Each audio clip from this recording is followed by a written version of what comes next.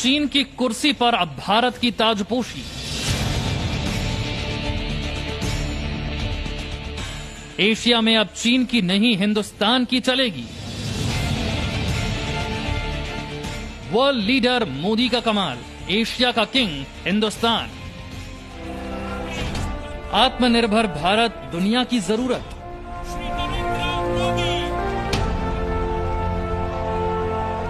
विकसित देशों के ग्रुप में इंडिया का वेलकम।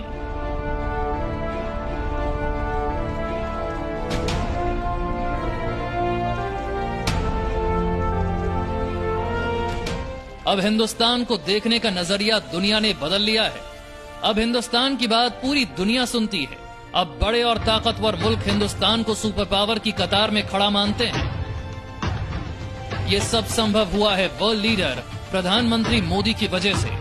बीते 6 साल में हिंदुस्तान दुनिया के सुपर पावर देशों की कतार में खड़ा हो गया है।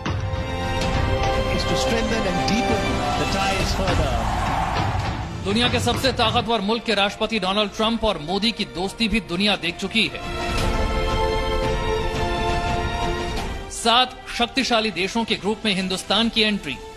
भारत की बढ़ती ताकत के कारण अब डोनाल्ड ट्रंप इंडिया को विकसित देशों के समूह G7 में शामिल करना चाहते हैं।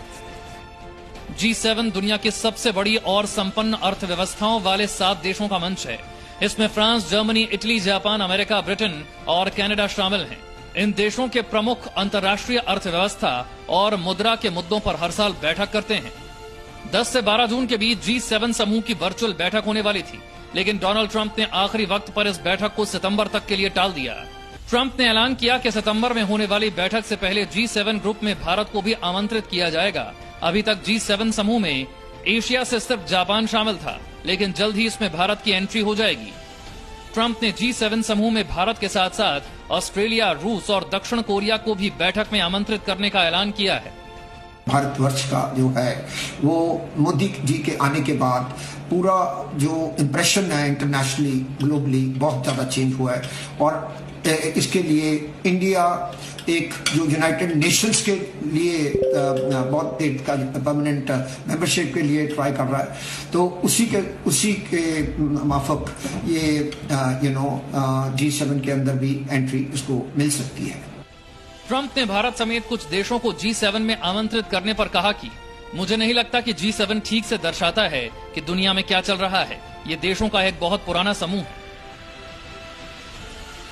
पूरी दुनिया चीन को कोरोना का गुनहगार मानती है। अमेरिकी राष्ट्रपति डोनाल्ड ट्रंप कई बार कोरोना के लिए चीन को जिम्मेदार ठहरा चुके हैं। यहां तक कि वो चीन के खिलाफ जांच भी करवा रहे हैं।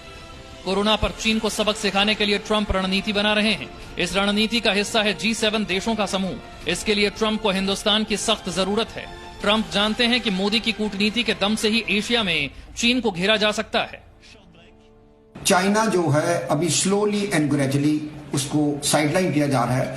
और आप देखेंगे कि यूनाइटेड स्टेट्स के प्रभाव के अंदर और ग्लोबली ऑल्सो जर्मनी, जापान सब इंडिया को फेवर करना शुरू कर दिया। और ये कंट्रीज जो हैं आफ्टर कोरोना वायरस का जो केसेस जैसे ग्लोबली कनाडा में हुआ है उससे विड्रॉ कर रहे हैं चाइना से। Factories about 1000 international multinational companies they want to जो वो उधर से चाइना से बाहर निकलना चाहते हैं। यूनाइटेड स्टेट ऑल्टरनेटिव ढूंढ रहा है और इंडिया इस ऑल्टरनेटिव का बहुत बेनिफिट ले सकता है। अमेरिका हिंदुस्तान की बढ़ती ताकत को अच्छी तरह से समझ चुका है। इसीलिए अमेरिका ने भारत को ऐसे हथियार दिए हैं जो वो जल्दी किसी दूसरे देश को नहीं देता। बीते 3 से 4 साल में अमेरिका ने भारत के साथ सैन्य युद्ध अभ्यास को बढ़ावा दिया है। अमेरिका हो या इजराइल, दुनिया ने माना कि सुपर पावर भारत का है जमाना।